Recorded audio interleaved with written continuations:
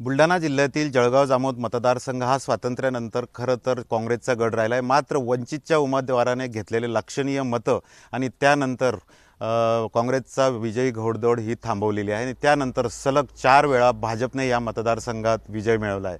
मात्र यंदा ॲडव्होकेट प्रकाश आंबेडकर यांनी या भाजपच्या उमेदवाराला रोखण्यासाठी या ठिकाणी वंचितचे उच्च शिक्षित असलेले डॉक्टर प्रवीण पाटील यांना जवळपास उमेदवारी देण्याचं विचाराधीन आहे आणि त्यानंतर आता स्वतः डॉक्टर पाटील आपल्यासोबत आहेत। सर, काय म्हणाल, वंचित खरं तर भाजपचा रथ रोखू शकेल? निश्चितच वंचित या जळगाव मतदारसंघात भाजपचा रथ रोखू शकतो, कारण आतापर्यंतचे जे सत्ताधारी आहे त्यांनी जे आहे सर्व घटकांचा, सर्व समाजांना न्याय देण्याचा त्यांचा प्रयत्न झाला नाही आहे। एक विशिष्ट वर्गाला आणि एक विशिष्ट प्रकारे विकास त्यांनी केला आहे, जो नाली, रस्ते आणि सभागृहापर्यंत सीमित आहे। इथे रोजगाराच्या कोणत्याही MIDCचे सुविधा उपलब्ध झाल्या नाही या 20 वर्षात।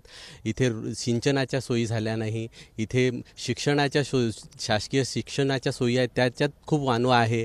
इथे सर्व 80 ते 100 शाळा पडायला झाल्या जिल्हा परिषदच्या, त्याच्याबद्दल काही विचार नाही आहे। रोजगाराच्या संधी नाही आहे, युवकांमध्ये नैराश्य आहे, युवकांना इथून दुसऱ्या ठिकाणी स्थलांतरित व्हावं लागते शिक्षणासाठी आणि रोजगारासाठी।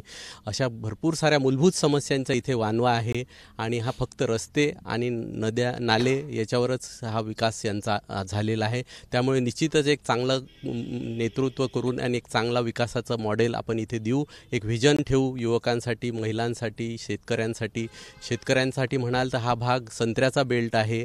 सोबतच इथे केळीचं पण चांगलं उत्पन्न होते। म्हणजे मुळात हा इथला शेतकरी कष्टाळू आहे, पण त्याला एक शासकीय पाठबळ नाही, राजकीय पाठबळ नाही। त्याच्यामुळे इथेच कोणत्याच प्रकारचे शेतकरी प्रक्रिया उद्योग आले नाही, MIDCs आल्या नाही। त्यामुळे हा या मतदारसंघात हा जो बॅकलॉग झालेला आहे, सोबतच एक मागासलेपणाचा शिक्का मिळाला आहे संग्रामपूर तालुक्याला, जळगाव जामोद तालुक्याला। हा पुसून टाकायचा असेल तर आता आपल्याला नव्या पद्धतीने विचार करावा लागेल आणि सर्वसमावेशक, सर्वांना घेऊन चालणारं आपल्याला विकास करावा लागेल।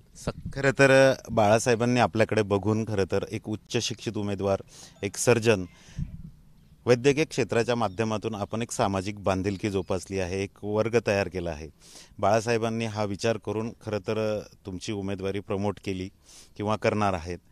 कसं बघता या मतदारसंघाकडे? तुमचं व्हिजन कसं असणार आहे? वंचितचे उमेदवार म्हणून तुमचं व्हिजन कसं असणार आहे? माझं विजन असं राहील की राजकारण म्हणजे तुम्हाला लोकांच्या जीवनात चांगला बदल घडवता आला पाहिजे आणि सुदैवाने मी वैद्यकीय क्षेत्रात काम करताना मानवतेला धरून लोकांची सेवा केली, लोकांच्या सुखदुःखात त्यांच्या परिस्थितीनुसार त्यांना मदत करायचा प्रयत्न केला आणि हाच वारसा माझे वडील स्वर्गीय जनार्दनजी चोपडे यांनी पण सर्वधर्मभावाचा जो जोपासला आहे तोच पुढे नेऊन आणि वैद्यकीय सेवेच्या माध्यमातून मला असं वाटते की इथे ज्या काही समस्या आहे, रोजगार, शिक्षण आणि याला कुठेतरी सकारात्मकतेने घ्यावं लागेल आणि आपल्याला एक चांगलं काम करावं लागेल। कारण जे आपण आता बघतो, शिक्षण, आरोग्य ह्या मूलभूत गरजा आहे, तिथे आपण कुठेतरी कमी पडत आहे आणि यांना 15-15, 20-20 वर्ष 4-4 टर्म संधी देऊन जर ह्या गोष्टी साध्य होत नसतील तर कुठेतरी बदल निश्चित झाला पाहिजे असं मला वाटते आणि निश्चितच हा बदल घडूया, सर्वांचा विकास करूया।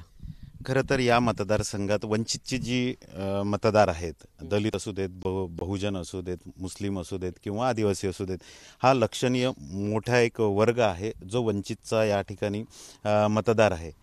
या मतदारांना काय सांगाल की या मतदारसंघात कुठल्या समस्या त्यांच्यासाठी तुम्ही प्रायोरिटीने संपवणार? मी तुम्हाला सांगतो, वंचित बहुजन आघाडी हा 2009 आणि 14मध्ये विजयाच्या समीप गेलेला पक्ष आहे। एक समीकरण आहे आणि त्या समीकरणात तुम्हाला चांगुलपणाची, विकासाची जोड दिली। जसं मी सांगितलं की युवकांसाठी आपल्याला MIDCs आणता येतील, युवकांना इथे शिक्षणाच्या चांगल्या सोयी देता येतील, शेतीपूरक उद्योग आणता येतील। यासोबतच जसं आता आपण शेती ही जी आपली सोयाबीन, तूरवाली शेती याला बदल करून सीड फार्मिंग आणि नवीन नवीन जे मसाला पिकं असतील किंवा हे जे वेगवेगळ्या जे शेती उद्योग, पूरक उद्योग असतील, बकरी पालन असेल, मच्छीपालन असेल, पोल्ट्री फार्मिंग असेल, याला मोठ्या प्रमाणात चालना मिळायला पाहिजे। कारण इथला मुख्य रोजगार शेती आहे। या शेतीचं जर तुम्ही भलं केलं तर युवकांचं भलं होईल, स्त्रियांचं भलं होईल, सगळ्या समस्त जनतेचं, सगळ्या समाजाचं भलं होईल असं मला वाटते आणि याच्यावरच भर द्यायला पाहिजे। या मतदारसंघात अनेक यापूर्वी ज्या निवडणुका झाल्यात, अनेक डॉक्टर मंडळी या मतदारसंघातच प्रायोरिटीने उभे राहतात। काहीसं यावेळी 3 डॉक्टरांमध्ये लढत दिसेल?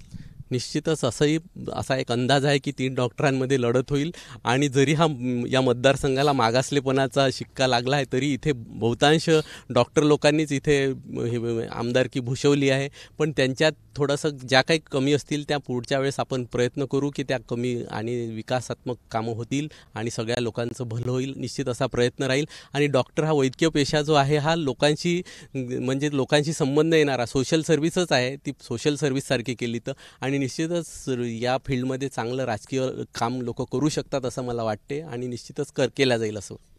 भाजपचा विजयी जो रथ आहे, घोडदौड आहे, ती यंदा वंचित थांबवेल काय विश्वास वाटतो? निश्चितच भाजपची ही जी विजयी घोडदौड आहे त्याच्या मागे जे सगळेच घटक नाराज आहे, शेतकरी घटक नाराज आहे, युवक नाराज आहे, सोबतच हे राजकारण त्यांचं जे आहे धार्मिक तेढ निर्माण करणारं. आज तुम्ही बघाल की आपल्या जळगाव जामोद मतदारसंघात शेगावसारखं पवित्र गाव आहे, संतनगरी, तिथे पण दंगल सदृश्य परिस्थिती निर्माण झाली. जळगावला जंगल सदृश्य परिस्थिती निर्माण झाली, आमच्या वानखेड गावाला झाली. तर ह्या गोष्टी आहेत, ह्या राजकारणात फायदा घ्यायचा नसता, ह्या गोष्टी टाळायच्या असतात. तुम्ही जातीजातींमध्ये सलोखा निर्माण करून प्रेम निर्माण केलं तरच प्रगती होऊ शकते. या गोष्टीवर माझा विश्वास आहे. आणि जे BJPचं राजकारण आहे ते या गोष्टीला छेद देतं. ते मानवाला मानवासारखं बघत नाही. सर्व मानव आपण एकसारखे आहे, सर्व समाज एकसारखे आहे आणि हे इथेच कुठे ते कमी पडत आहे. आणि या सगळ्या गोष्टीचा मला वाटते निश्चितच फायदा होईल आणि वंचित यावेळेस भाजपला निश्चितच रोखेल. तर नक्कीच जळगाव जामोद मतदारसंघात सामाजिक जी काही हे झालेली आहे त्यामुळे आगामी काळात भाजपचा विजयी घोडदौड हा वंचितच रोखू शकतो असा विश्वास डॉक्टर प्रवीण पाटील यांना आहे. कॅमेरामन शांतारामसह doctor Sanjay Mahajan, ABP Majha, Buldhana. ABP माझा, उघडा डोळे बघा नीट.